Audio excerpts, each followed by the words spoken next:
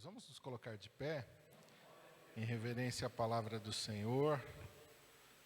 E eu convido os irmãos a abrirem as suas Bíblias no livro de Jó, capítulo 42. Na minha Bíblia aqui está na mesma página do Salmo 1. Fica mais fácil de achar o livro de Salmos, né? Bem no meio da Bíblia. Jó 42. E eu quero ler com os irmãos a partir do versículo de número 10.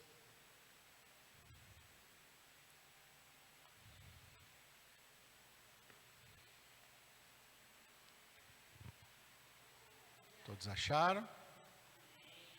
Jó 42, 10.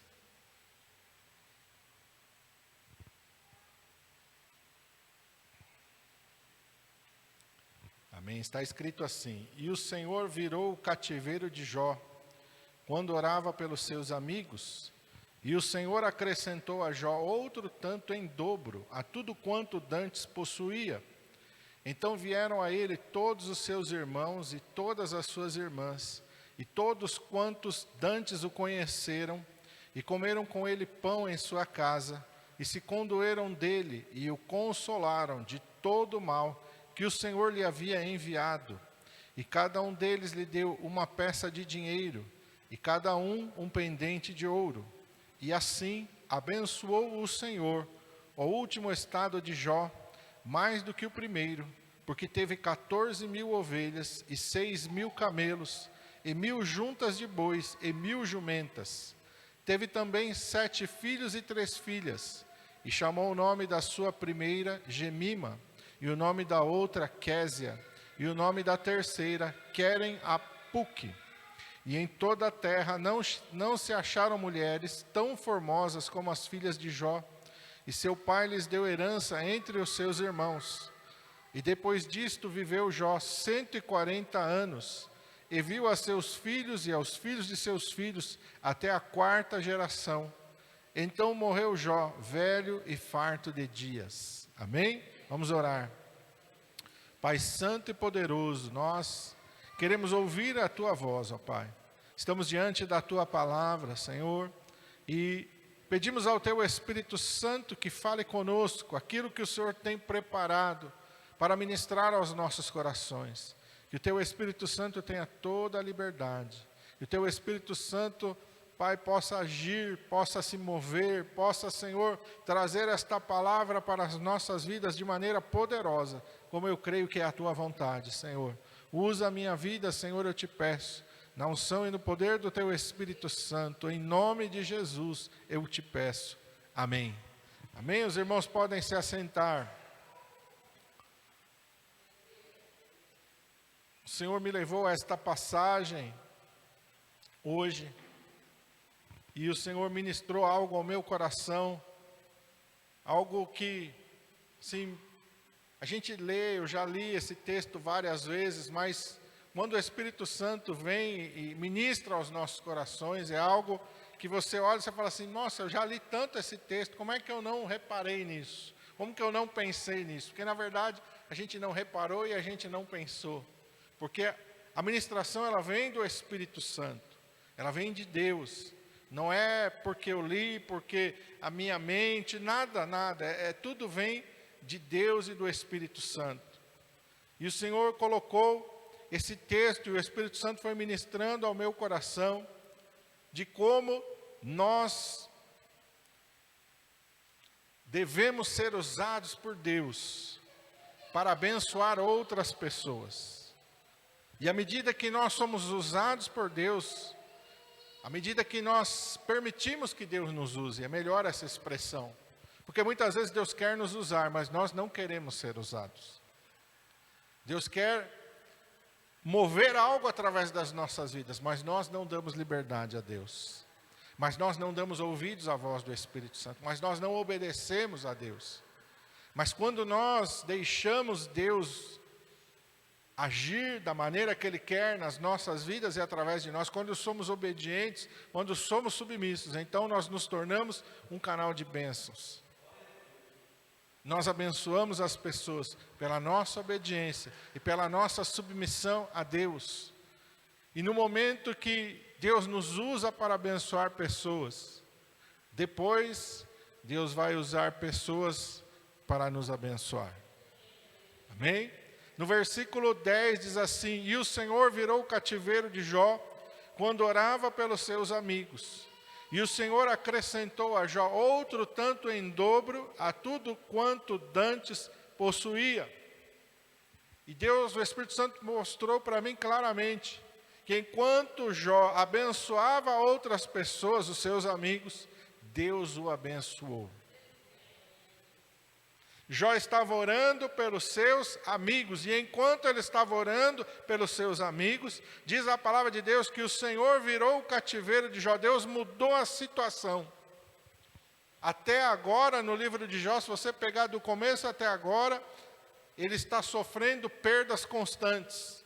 Ele perde os seus filhos, ele perde os seus bens, ele perde a sua saúde, ele perde a afeição das pessoas, ele perde a empatia das pessoas, as pessoas perdem a paciência com ele, seus amigos que vêm para consolá-lo acabam acusando, aqueles que vieram para dar uma força, de repente começam a apontar o dedo, e começam a pôr a culpa nele de tudo que está acontecendo.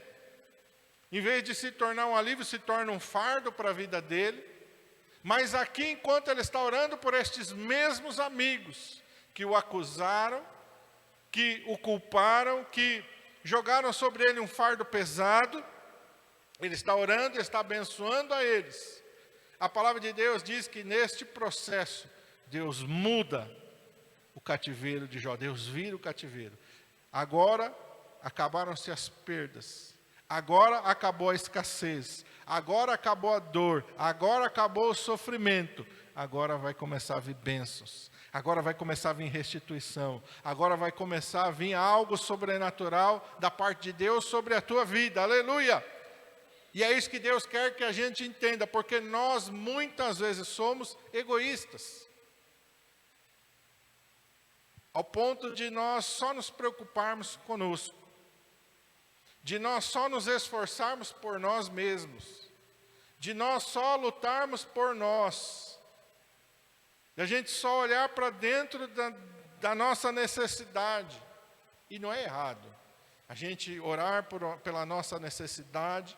Não é errado a gente buscar por algo que a gente precisa que Deus faça na nossa vida. Mas o concentrar-se só em si mesmo é errado. O voltar-se só para si mesmo é errado. Porque um mandamento de Deus, e Jesus disse, destes 2 mandamentos depende toda a lei e os profetas. O primeiro mandamento é: amarás, pois, ao Senhor teu Deus, com todo o teu coração, com toda a tua força, com toda a tua alma, com todo o teu entendimento, e ao teu próximo, como a ti mesmo. Desses 2 mandamentos, Jesus disse, depende toda a lei e os profetas. O primeiro, amarás a Deus. De que maneira? De maneira que eu vou me dar completamente a Deus. Então, não diz respeito a mim, diz respeito a Deus, o primeiro mandamento. O primeiro e o mais importante mandamento não diz respeito a mim, diz respeito a Deus. Não diz respeito a eu fazer nada para mim, eu não buscar nada para mim. Diz respeito a eu fazer para Deus e eu buscar a Deus e eu me entregar a Deus. E o segundo mandamento é: amarás o teu próximo como a ti mesmo, eu me dar para o meu próximo. Não é eu de novo buscar a mim, não é de novo lutar por mim, mas eu amar o meu próximo, eu me dar ao meu próximo, na mesma força e na mesma intensidade que eu busco por mim. Então, os 2 principais mandamentos de Deus, do qual Jesus disse, depende toda a lei e os profetas, ele diz respeito a eu me dar, diz respeito a eu me doar, não diz respeito a eu receber. Eu vou receber como consequência, primeiro de eu me dar, primeiro de eu me entregar, primeiro de eu buscar não o meu próprio interesse, mas primeiro de Deus e segundo do meu próximo. E depois Deus vai cuidar de mim. E nesse texto está claro essa verdade. O Senhor virou o cativeiro de Jó, não quando ele orava por si, não quando ele buscava por si, não quando ele estava preocupado consigo mesmo, mas quando ele estava num ato de obediência a Deus, num ato de submissão à vontade de Deus. Ele está orando pelo seu próximo, ele está amando o seu próximo como a si mesmo. E quando ele faz isso, Deus age em favor dele. Deus vem de maneira sobrenatural e vira o cativeiro de Jó. E Deus não faz qualquer coisa. E Deus não dá um remendo. E Deus não dá um tapa-buraco. Diz aqui a palavra de Deus que o Senhor acrescentou a Jó outro tanto em dobro a tudo quanto dantes ele possuía. Porque a palavra de Deus diz que Deus é poderoso para fazer infinitamente mais, abundantemente mais, além de tudo quanto nós pedimos ou pensamos. Às vezes eu olho e eu creio que eu preciso disso. Mas se eu buscar o reino de Deus em primeiro lugar e a sua justiça, se eu amar o meu próximo como a mim mesmo, aleluia, Deus pode me dar muito mais. Aleluia, porque Deus tem prazer em nos abençoar. Versículo 11 diz: então vieram a ele todos os seus irmãos, todas as suas irmãs e todos quanto dantes o conheceram, e comeram com ele pão em sua casa e se condoeram dele, e o consolaram de todo o mal que o Senhor lhe havia enviado, e cada um deles lhe deu uma peça de dinheiro, e cada um deles lhe deu um pendente de ouro. Jó abençoa as pessoas no versículo anterior, no versículo 10, e aqui Deus está usando pessoas para abençoar a vida de Jó. Deus usa Jó para abençoar os seus amigos, e aqui Deus usa os seus amigos para abençoarem a Jó. A Bíblia tem um princípio que é dando que se recebe. Primeiro eu dou, primeiro eu abençoo, primeiro eu me dou para o meu próximo, depois Deus usa o meu próximo para me dar a mim. Aleluia!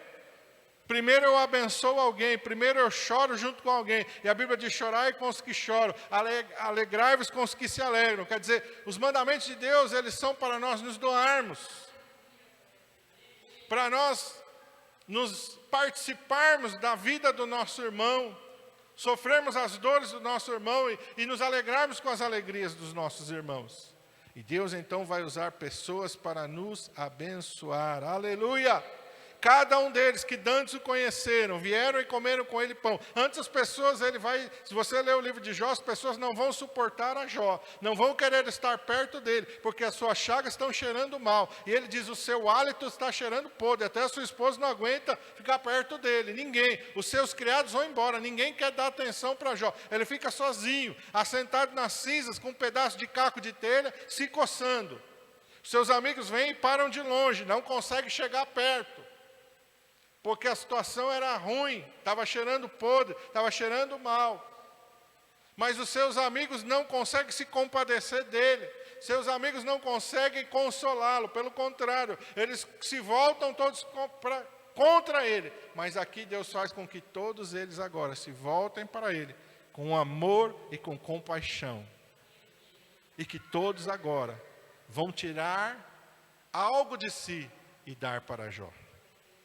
Todos aqueles que vieram, cada um deles lhe deu uma peça de dinheiro e cada um deles lhe deu um pendente de ouro. O versículo anterior diz que Deus deu. Deus deu. O versículo anterior diz que Deus abençoou. E o que o Espírito Santo ministrou ao meu coração é: Deus dá para você, Deus acrescenta na tua vida usando pessoas. No momento em que você se torna um canal de bênção para alguém, Deus abre vários canais de bênção para a tua vida. Você é usado por Deus para abençoar uma pessoa, e Deus abre vários canais de bênção sobre a tua vida usando várias pessoas. Aleluia! Versículo 12 diz assim: e assim abençoou o Senhor o último estado de Jó mais do que o primeiro, porque teve 14.000 ovelhas, 6.000 camelos, e 1.000 juntas de bois, e 1.000 jumentas. Quando você abençoa as pessoas, você recebe bênção dobrada. Porque lá no começo de Jó, vai dizer que ele tinha 7.000 ovelhas, 3.000 camelos, 500 juntas de bois, e 500 jumentas. Mas depois que ele obedece a Deus e que ele abençoa as pessoas, Deus usa as pessoas e lhe dá o dobro de tudo quanto dantes ele possuía. em vez de ele receber de restituição da parte de Deus 7.000 ovelhas, ele recebe 14.000.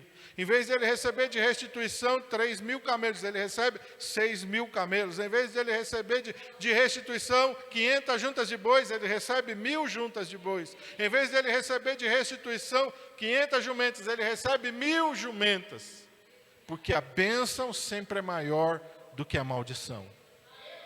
A bênção sempre é maior do que a maldição.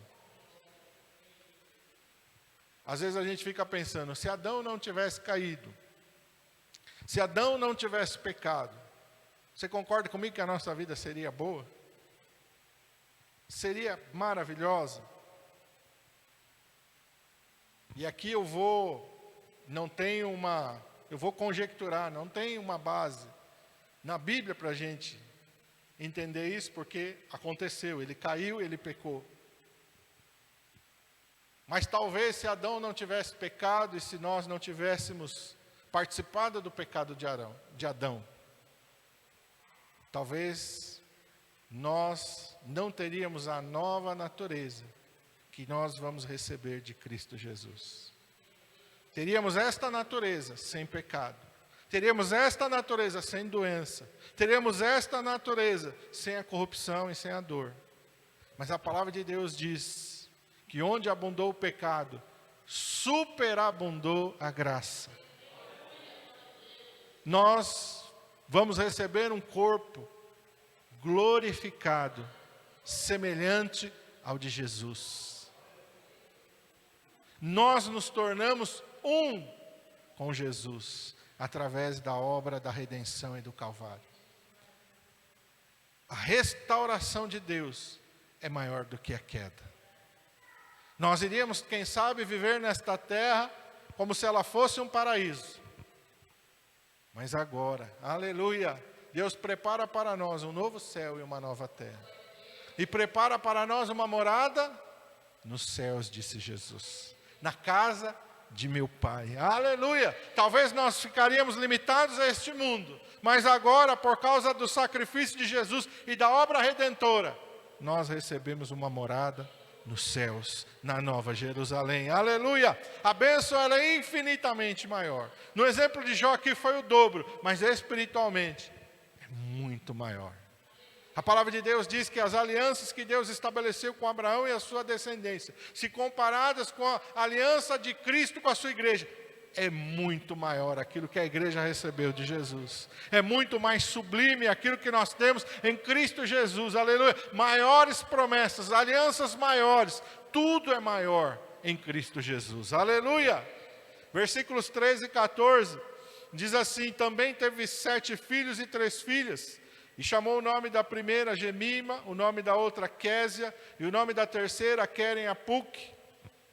Quando você abençoa pessoas, Deus restitui o que você perdeu. Já perdeu os seus filhos e perdeu as suas filhas. Mas ele obedeceu e ele abençoou pessoas. E Deus lhe restituiu aquilo que ele perdeu.